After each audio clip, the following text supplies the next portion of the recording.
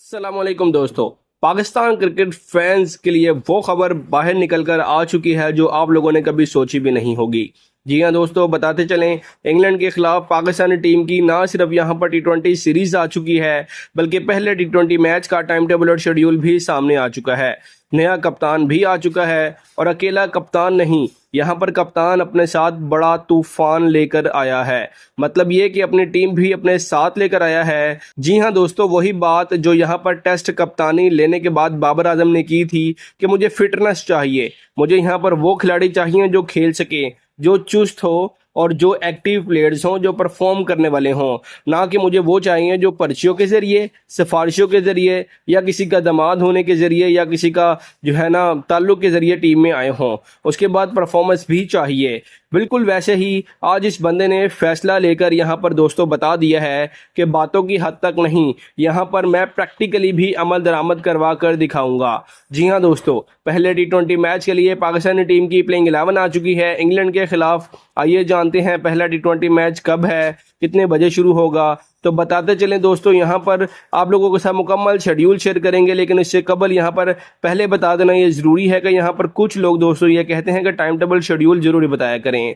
तो दोस्तों, ये जो सीरीज़ है पाकिस्तानी टीम की, ये इंग्लैंड के खिलाफ टेस्ट सीरीज़ के फौरी बाद खेली जाएगी। यानी आप सब जानते हैं अभी पाकिस्तान इंग्लैंड पहुंच चुके हैं और वहां पर बाकायदा तौर पर टेस्ट मैचेस का आगाज होगा। इसी टूर में इस टेस्ट सीरीज को मतलब बाद जो है ना ये आपको टी20 सीरीज देखने को मिलेगी, टी20 मैचेस होंगे। यानी इसी सीरीज के अंदर, टेस्ट सीरीज के अंदर ये टी20 मैचेस इंक्लूडेड हैं। तो दोस्तों आइए अब जान लेते हैं कि पाकिस्तानी टीम की वो प्लेइंग 11 जो बाबर आजम की कप्तानी में आप लोगों को नजर आएगी। अब यहाँ पर ऑफिशियली तौर पर तकरीबन दोनों फॉर्मेट्स के एक साथ आ चुके हैं कप्तान। अब यहाँ पर तीसरा कोई ख्याल भी नहीं है, क्योंकि हुआ यह है कि शाहीन शाह अफरीदी बैठा है और वो मंसूबा बनाकर यहाँ पर बैठा है कि 2027 तक वही कप्तान रहेगा। और आप लोग जानते हैं कि उसको कप्तानी शायद करनी भी चाहिए, और अगर कप्तानी नहीं करेगा तो उसके बाद फिर वही होगा जो 2024 के वर्ल्ड कप के बाद हुआ था। यानी कप्तानी के अंदर एक और कप्तान बन जाएगा और फिर ग्रुप्स के अंदर टीम तकसीम हो जाएगी। अब यहाँ पर पाकिस्तानी टीम की प्लेइंग 11 दोस्तों आप लोगों के साथ शेयर कर देता हूँ। उसके बाद पहले टी20 मैच का टाइम टेबल शेड्यूल भी आप लोगों के साथ शेयर करेंगे। अब अगर कप्तानी की बात की जाए दोस्तों, आप लोगों को नीचे कमेंट सेक्शन में ये जरूर बताइएगा कि बाबर आजम के साथ ये फैसला सही हुआ है कि या फिर नहीं। क्या बाबर आजम को दोबारा कप्तानी लेनी चाहिए थी या कम से कम टी20 फॉर्मेट में कप्तानी उन्हें नहीं लेनी चाहिए थी? अपनी कीमती राय का इजहार कमेंट सेक्शन में कीजिएगा और साथ ही साथ ये भी जरूर बताइएगा कि आप किस जगह, किस शहर और किस मुल्क से हमारी ये वीडियो देख रहे हैं, ताकि हमें पता चल सके क्रिकेट नाज़रीन दुनिया में कहाँ कहाँ मौजूद हैं। तो दोस्तों, नंबर 1 पर ओपनिंग के लिए साइम अयूब की वापसी यकीनी हैरान कुन फैसला है। सच कहें तो जाती तौर पर साइम अयूब को वापस देखने के बजाय फखर जमान को मौका देने के हक में जरूर था मैं। अगर फखर जमान को इसलिए नहीं खिलाना कि वो उसे वनडे वर्ल्ड कप के लिए खास तौर पर तैयार किया जा रहा है, तो फिर कम से कम अब्दुल्ला शफीक को एक अच्छा ऑप्शन जरूर था, क्योंकि वो फॉर्म में भी है इस वक्त और इसके अलावा नौजवान खिलाड़ियों को आजमाने का रास्ता भी मौजूद है। लेकिन लगता है कि कप्तान बाबर आजम ने साइम अयूब पर एतमाद किया है, इसलिए टीम में उनकी जगह बनी है। अब उम्मीद यही है कि कप्तान का यह फैसला दुरुस्त साबित हो। साइम को डोमेस्टिक क्रिकेट में मजीद वक्त देने की बात भी अपनी जगह दुरुस्त है, क्योंकि उन्हें पहले भी मौके मिल चुके हैं। ताहम उनकी सबसे बड़ी खूबी यह है कि वो बैटिंग के साथ स्पिन बॉलिंग में भी टीम को इजाफी ऑप्शन फ्राहम करते हैं। अब असल इम्तिहान मैदान में होगा कि वो किस एतमाद के साथ जवाब देते हैं। उसके बाद दोस्तों, नंबर 2 पर साहिब रिदा फरहान को देखकर ज्यादा एतराज की गुंजाइश नहीं बनती, और ये वो खिलाड़ी है जिन्होंने अपनी कारकर्दगी से सबको मुतासिर किया है और उन्हें पाकिस्तान के मुस्तकबिल के अहम बैटर्स में शुमार किया जा रहा है। गुज़िश्ता सीजन में जिस अंदाज में उन्होंने परफॉर्म किया वो वाकई काबिल तारीफ था। कई अरसे से जिस तरह की मुस्तकिल कारकर्दगी की उन्होंने पाकिस्तान की जो तलाश थी यहाँ पर वो उन्होंने मुकम्मल की है। साहिब रिदा फरहान ने वही जो है ना यहाँ पर उम्मीद पाकिस्तान को दी है जो उनसे तवक्का थी, इसलिए उन्हें ओपनिंग में मौका देना एक मस्बत फैसला है। अगर वो इसी एतमाद के साथ खेलते रहे तो आने वाले वक्त में दोस्तों पाकिस्तान के एक मुस्तकिल और मजबूत ओपनिंग ऑप्शन बन सकते हैं। नंबर 3 पर दोस्तों, हमेशा की तरह कप्तान बाबर आजम मौजूद होंगे। बाबर की टीम में होना सिर्फ एक बैटर की मौजूदगी नहीं, बल्कि पूरी बैटिंग लाइनअप के लिए एक अलग ही एतमाद का बाइस होती है। खास तौर पर जब वो वन डाउन पर आते हैं तो ऊपर के 2 बैटर्स को खुलकर खेलने का मौका मिल जाता है।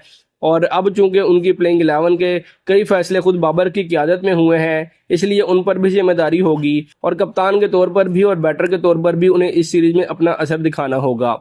उसके बाद दोस्तों यहाँ पर नंबर 4 पर बड़ी खबर यह है कि यहाँ पर हसन नवाज को शामिल किया गया है और ये भी बाबर आजम की पसंद नजर आती है। हसन नवाज से शायद हर कोई ये तवक्का ना करे कि वो हर मैच में जबरदस्त इनिंग्स खेलेंगे, लेकिन उनके अंदर पावर हिटिंग की सलाहियत मौजूद है। ऊपर साइम अयूब, साहिब रजा, फरहान और बाबर जैसे बैटर के बाद हसन नवाज मिडिल ऑर्डर में आकर रन्स की रफ्तार बरकरार रखने के बाइस बन सकते हैं और अगर वो शुरू से ही मजबूत क्रिकेट खेलें तो पाकिस्तान के टोटल को तेजी से आगे ले जाने में अहम किरदार अदा कर सकते हैं।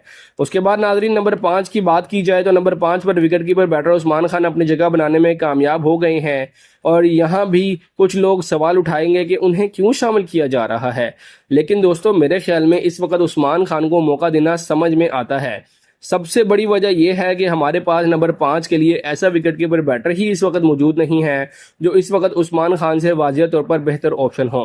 मोहम्मद हारिस को आजमा चुके हैं, ख्वाजा नाफे को भी मौका मिल चुका है, गाजी गौरी को भी आप देख चुके हैं और रिजवान जैसे तजुर्बाकार खिलाड़ी तो आप सब जानते हैं कि यहाँ पर ना पोजीशन पर इस फिट होते हैं और ना ही वो इस तरह परफॉर्म कर पा रहे हैं जिसकी टीम को जरूरत थी। तो ऐसे में दोस्तों उस्मान खान एक ऐसा नाम बचता है जिसे आप यहाँ पर मौका दे सकते हैं और वो फॉर्म भी यहाँ पर परफॉर्म भी कर रहा है, इसलिए उन्हें आजमाने में कोई बुराई नहीं है। अब उन्हें खुद साबित करना होगा कि वो यहाँ पर कितना एतमाद के साथ खेल सकते हैं और इस पोजीशन के लिए वो बेहतरीन ऑप्शन क्यों है। उसके बाद दोस्तों नंबर 6 पर अब्दुल समद को शामिल किया गया है और यहाँ असल जरूरत एक ऐसे बैटर की थी जो इनिंग्स के आखिरी हिस्से में तेजी से रन बना सके। T20 क्रिकेट में दोस्तों हर टीम के पास एक ऐसा मजबूत फिनिशर जरूर होता है जो मुश्किल सूरत हाल में चंद गेंदों पर मैच का नक्शा बदल सके। पाकिस्तान काफ़ी अरसे से इस किरदार के लिए मुस्तकिल हल तलाश कर रहा था। माजी में मुख्तलिफ खिलाड़ियों को आजमाया गया, लेकिन अब वक्त आ गया है कि किसी नौजवान खिलाड़ी को जिम्मेदारी देकर मुसलसल मौका दिया जाए और अब्दुल समद के लिए ये मौका किसी गोल्डन अपॉर्चुनिटी से कम नहीं होगा क्योंकि वो पावर हिटिंग कर सकते हैं। इससे ना सिर्फ खुद उनका फायदा है बल्कि पाकिस्तान टीम का भी इससे फायदा है। उसके बाद दोस्तों नंबर 7 पर अरफात मिन्हास एक ऐसे दिलचस्प और मुफीद इंतखाब हैं जिनकी कमी को कोई भी पूरा शायद ना कर सके। उनकी मौजूदगी से पाकिस्तान को सिर्फ बैटिंग ही नहीं बल्कि स्पिन बॉलिंग में भी इजाफी सहूलत मिलती है।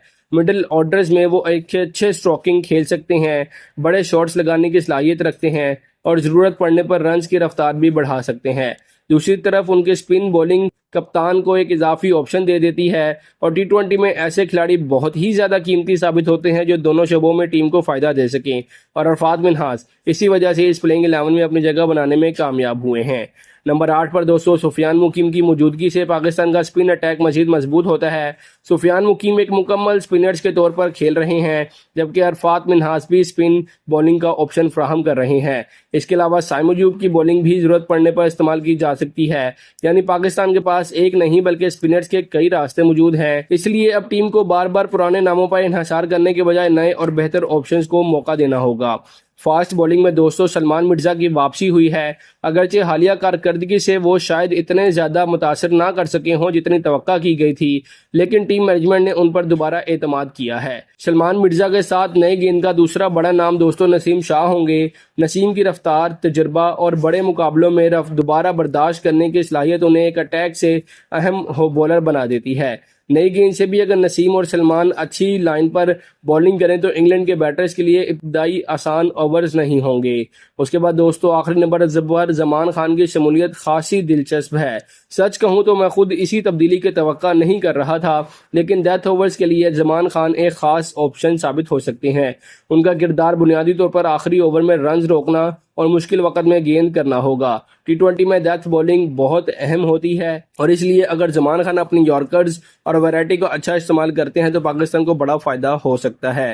तो दोस्तों मुजमूई तौर पर पाकिस्तान की मुमकिन प्लेइंग 11 बनती है जिसमें साइम अयूब, साहिब रजा, फरहान ओपनिंग करेंगे। 1 डाउन पोजीशन पर बाबर आजम होंगे। नंबर 4 पर हसन नवाज। उसके बाद wicket keeper batsman Usman Khan, hard hitter बल्लेबाज Abdul Samad, allrounder Arfat Minhas, spinner Sufiyan Muqeem, fast bowler Salman Mirza, fast bowler Naseem Shah और फास्ट बॉलर सलमान खान शामिल हैं। अलबत्ता ये देखना होगा कि ये हतमी प्लेइंग 11 बिल्कुल होती है या फिर इसमें आखिरी वक्त में 1 या 2 तब्दीलियां और मतवाक़े होती हैं। दोस्तों पाकिस्तान और इंग्लैंड के दरमियान ये सीरीज इंग्लैंड में खेली जाएगी और टेस्ट सीरीज के फौरी बाद T20 मुकाबले मतवाक़े हैं। अलबत्ता शेड्यूल के हवाले से दोनों बोर्ड्स के दरमियान मामला मुकम्मल तौर पर हतमी होने का इंतजार है। जैसे ही बाकायदा और कन्फर्म इतलात मिलेगी वैसे ही आपके साथ शेयर की जाएगी, तो इसलिए चैनल को सब्सक्राइब जरूर कर दीजिएगा।